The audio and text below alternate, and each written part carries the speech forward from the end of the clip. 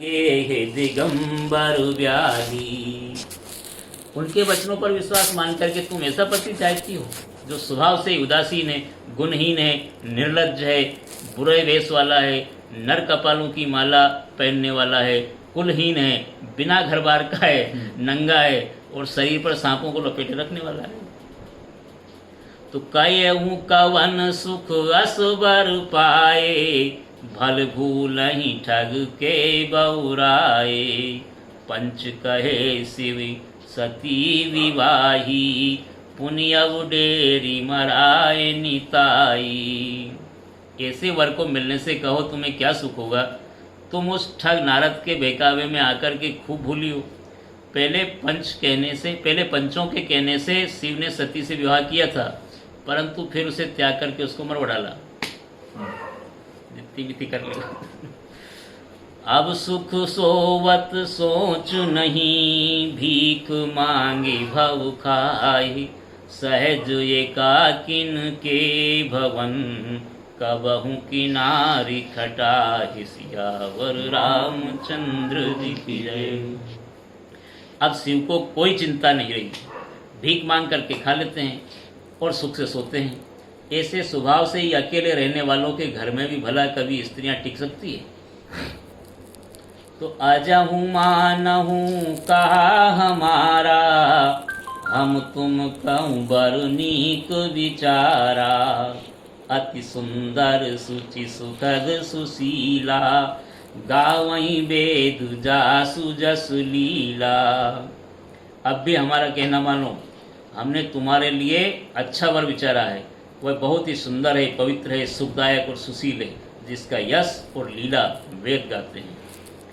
दूषण रहित सकल गुण राशि, श्रीपति पूर्वे कुंठ निवासी।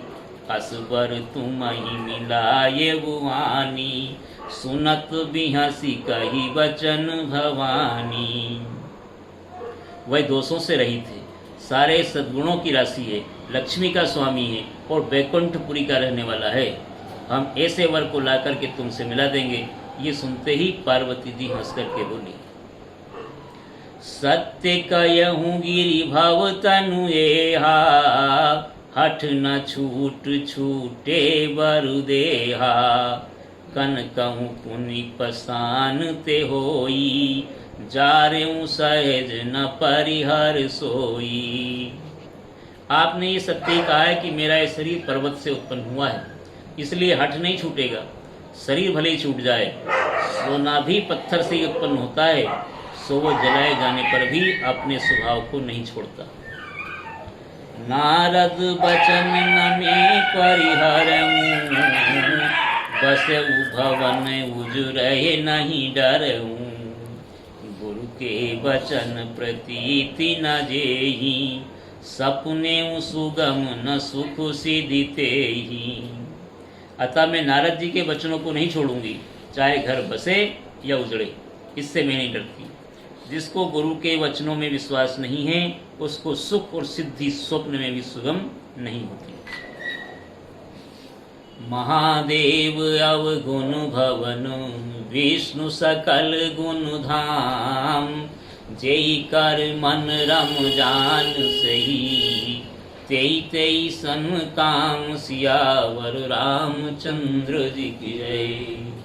माना कि महादेव जी अवगुणों के भवन हैं और विष्णु समस्त सद्गुणों के धाम हैं, पर जिसका मन जिसमें रम गया उसको तो उसी से काम। जो तुम मिलते हो प्रथम मुनीसा, सुनते हूँ सिख तुम्हारी धरि सीसा। अब में जन्म संभुहित हारा, को गुण दूषण करय विचारा।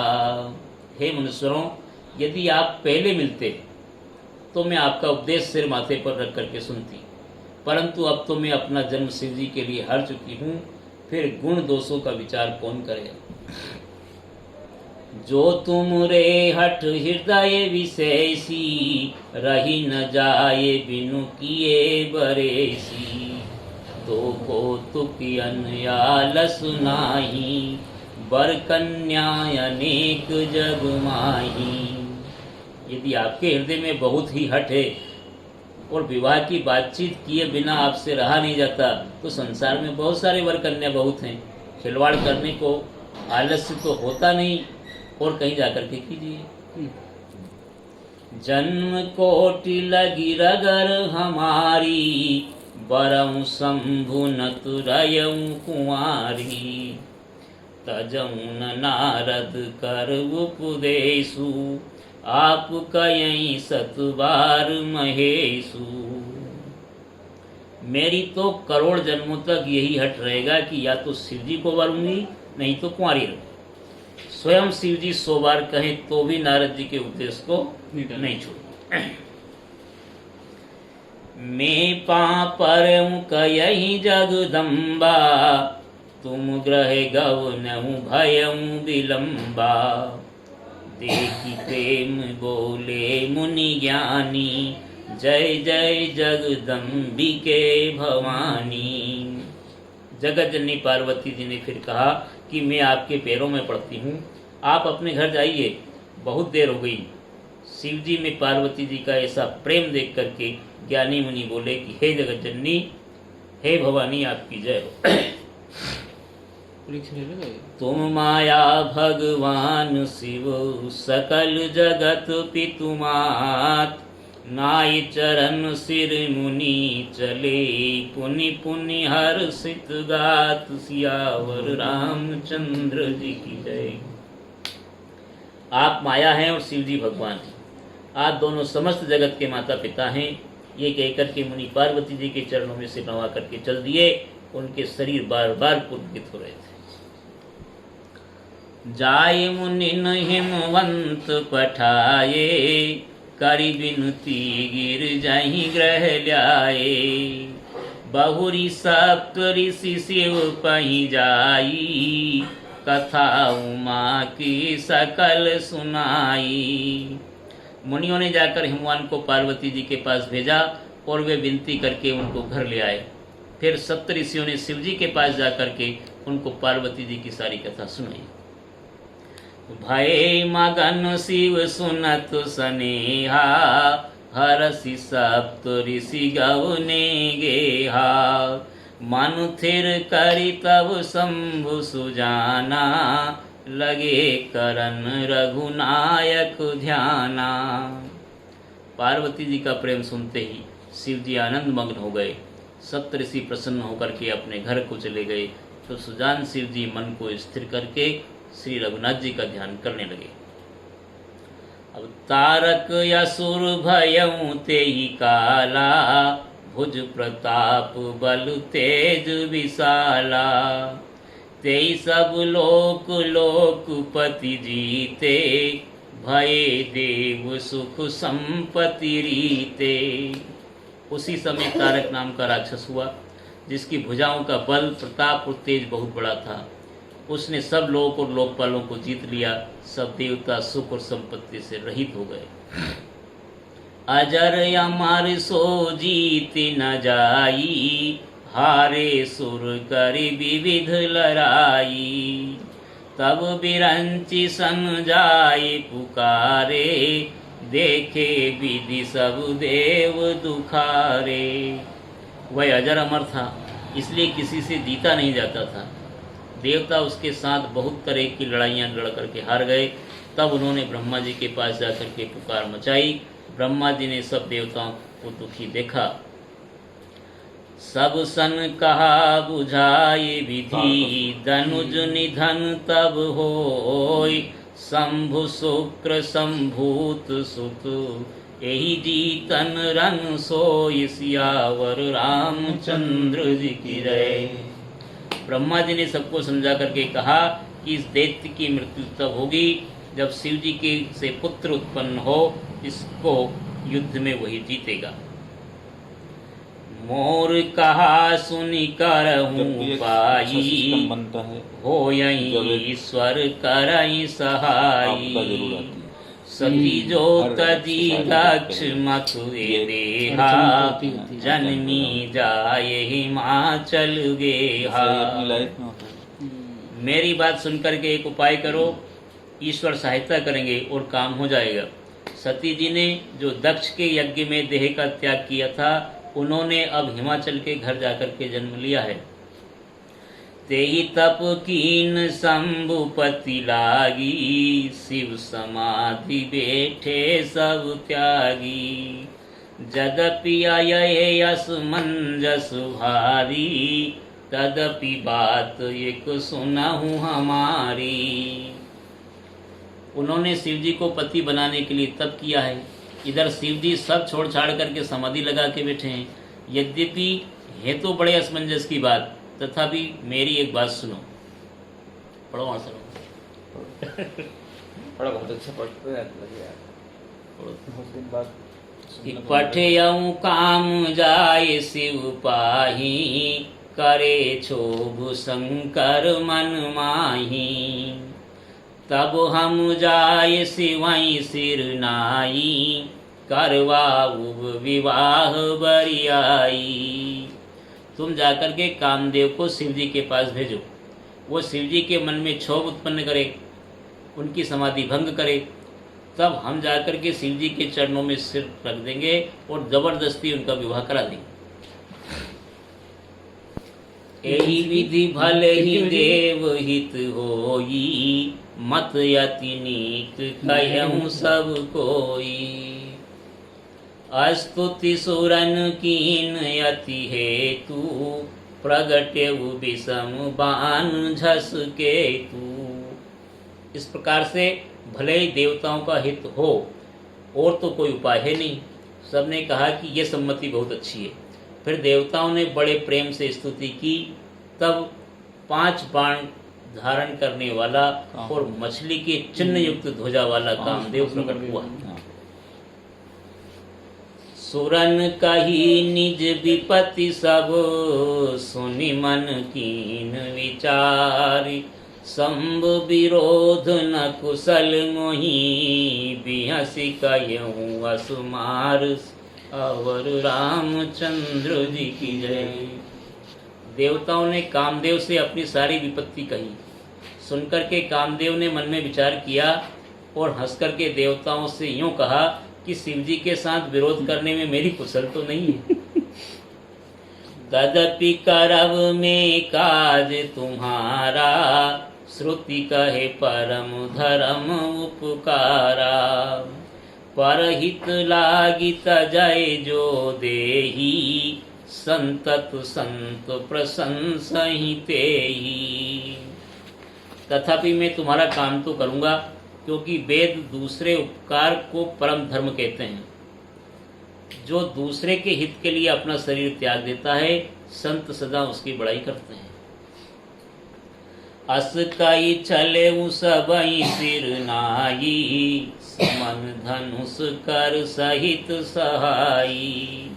तो चलत मार यसो हृदय विचारा, शिव विरोध ध्रुव मरण हमारा।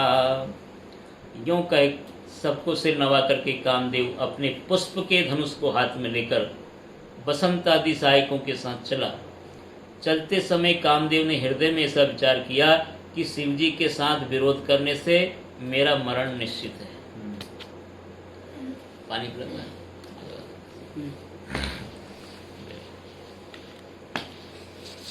तब आपन प्रभाव विस्तारा, निज बस कीन सकल संसारा। कोपे जबहि बारी चर के तू, क्षण महु मिटे सकल श्रुति श्रेतु। तब उसने अपना प्रभाव फैलाया और समस्त संसार को अपने बस में कर लिया। जिस समय उस मछली के चिन्ह वाली ध्वजा वाले कामदेव ने कोप किया, उस समय क्षण भर में ही वेदों की सारी मर्यादाएं मिट गई। ब्रह्मचर्य व्रत संयम नाना, धीरज धर्म ज्ञान विज्ञाना। सदाचार जप जोग विरागा, सभय विवेक कटक सब भागा। ब्रह्मचर्य, नियम, नाना प्रकार के संयम, धीरज, धर्म, ज्ञान, विज्ञान, सदाचार, जप, योग, वैराग्य, आदि विवेक की सारी सेना डर करके भाग गई। भाग्यऊ विवेक सहाय सहित सो सुभड संजुग मही मुरे सदग्रंथ पर्वत कंद रही महु जायत ही अवसर दुरे हो निहार का करतार को रखवार जग खर भरु परा दुही माथ के ही रतिनाथ जेहि कहूँ कोप कर धनु सर धरा।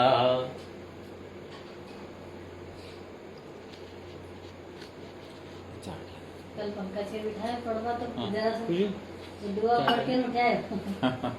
वो तो पढ़े नहीं तो अब फोटो लगे। हाँ विवेक अपने सहायकों सहित भाग गया। उसके योद्धा रणभूमि से पीठ दिखा गए। उस समय वे सब सदग्रंथ पर्वत की कंदराओं में जा छिपे। सारे जगत में खलबली मच गई। अब क्या होने वाला है, हमारी रक्षा कौन करेगा? ऐसा दो सिर वाला कौन है जिसके लिए रति के पति कामदेव ने कोप करके हाथ में धनुष बाण उठाया। ते सजीव जग यचर चरु नारी पुरुष असनाम ते निज निज मर जाद तजी भय सकल बस काम सियावर रामचंद्र जी की रहे। जगत में स्त्री पुरुष संज्ञा वाले जितने भी चरचर प्राणी थे वे सब अपनी अपनी मर्यादाएं छोड़कर के काम के वश हो गए। सबके हृदय मदन अभिलाषा लता निहार न वही तरु शाखा नदी उमगियम बुद्धि कहीं धाई संगम करहीं तलाव तलाई। सबके हृदय में काम की इच्छा हो गई। लता बेलों को देख करके वृक्षों की डालियां झुकने लगी। नदियां उमड़ उमड़ कर समुद्र की ओर दौड़ी और ताल तलैयां भी आपस में संगम करने लगे। जहे असी दशा जड़न के बरनी को कई सकई सचेतन करनी पशु पक्षी नभ जल थल चारी भये काम बस समय विसारी। जब जड़ वृक्ष नदी की ये दशा कही गई तब चेतन जीवों की करनी कौन कह सकता है। आकाश जल और पृथ्वी पर विचरने वाले सारे पशु पक्षी समय भुला करके काम के लगे। मदन अंध व्याकुल सब लोका निसी दिन नहीं अब लो कहीं को का देव दनुज नर किन्नर व्याला प्रेत पिशाच भूत बेताला। सब लोग कामान धोकर के व्याकुल हो गए। चकवा चकवी रात दिन नहीं देखते। देव दैत्य मनुष्य किन्नर सर्प प्रेत पिशाच भूत और बेताल इनके दशा ना कयऊं बखानी सदा काम के चेरे जानी। सिद्ध विरक्त महामुनि जोगी ते काम बस भये वियोगी। वे तो सदा ही काम के गुलाम हैं। ये समझकर मैंने इनकी दशा का वर्णन नहीं किया है। सिद्ध विरक्त महामुनि और महान योगी भी काम के वश होकर के योग रहित तथा स्त्री के विरही हो गए। भय काम बस जोगी तापस पावरिन की को कहे देखहि चराचर नारी मय जे ब्रह्ममय देखत रहे। अब लाभ लो कहीं पुरुषमय जग पुरुष सब अबुलामयम दुई दंड भरी ब्रह्मांड भीतर काम कृत को तुयम। अब योगीश्वर और तपस्वी भी काम के वश हो गए। तब पामर मनुष्यों की कौन कहे जो समस्त चराचर जगत को ब्रह्ममय देखते थे वे सब उसे स्त्रीमय देखने लगे। स्त्रियां सारे संसार को पुरुषमय देखने लगी और पुरुष उसे स्त्रीमय देखने लगी। तो 2 घड़ी तक सारे ब्रह्मांड के अंदर कामदेव का वह ये तमाशा रहा।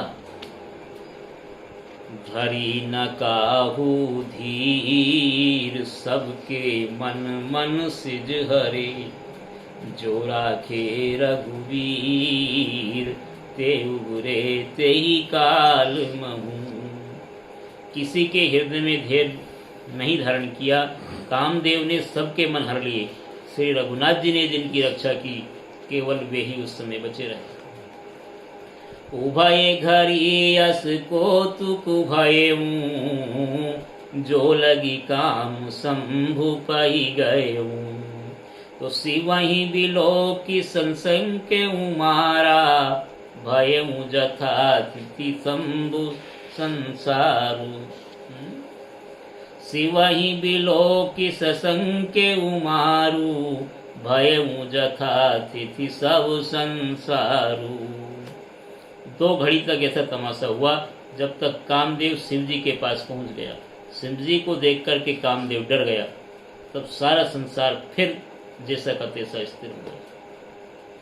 भये तुरत सब जीव सुखारे, जिमि मद उतर गई मतवारे। रुद्र ही देखी मदन भय माना, दुराधरस दुर्गम भगवाना।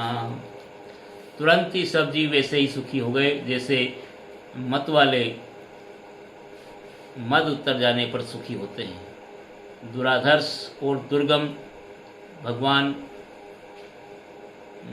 ज्ञान और वैराग्य 6 ईश्वरीय गुणों से युक्त रुद्र महाभयंकर शिव जी को देखकर के कामदेव भयभीत हो गया। फिरत लाज कछु करे नहीं जाई, मरण ठानी मन रचे सी उपाई। प्रगटे सी तुरत रुचिर ऋतु राजा, कुसुमित नव तरु राज विराजा। लेट जाओ वहाँ से। हाँ हाँ मत बनाओ चाय। लौट जाने में भी लज्जा महसूस होती है और करते कुछ नहीं बनता है। आखिर मन में मरने का निश्चय करके उसने उपाय रचा। तुरंत ही सुंदर ऋतुराज बसंत को प्रकट किया। फूले हुए नए नए वृक्षों की कतारें सुशोभित हो गई। बन उपवन बापिका तड़ागा, परम सुभग सब दिशा विभागा।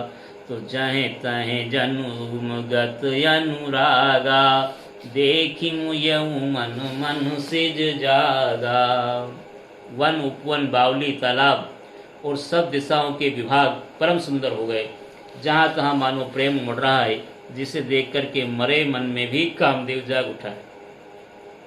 जागए मनोभव मुए मन बन, सुभगता ना परे कही। शीतल सुगंध सुमंद मारुत मदन, अनल सखा सही। बिकसे सरिन बहु कंज गुंजत, पुंज मंजुल मधुकरा। कल हंस पिक सुख सरस रव करि, गान नाचई अपुछरा। मरे हुए मन में भी कामदेव जागने लगा। वन की सुंदरता कहीं नहीं जा सकती। काम रूपी अग्नि का सच्चा मित्र शीतल मंद सुगंधित पवन चलने लगा। सरोवरों में अनेकों कमल खिल गए, जिन पर सुंदर भंवरों के समूह गुंजार करने लगे। राजहंस, कोयल और तोते रसीली बोली बोलने लगे और अप्सराएं गा गा करके नाचने लगी। तो सकल कला करी कोटि विधि, हारेउ सेनु समेत। चली नय चल समाधि शिव, तो कोपेउ हृदय निकेत। सियावर रामचंद्र जी की जय।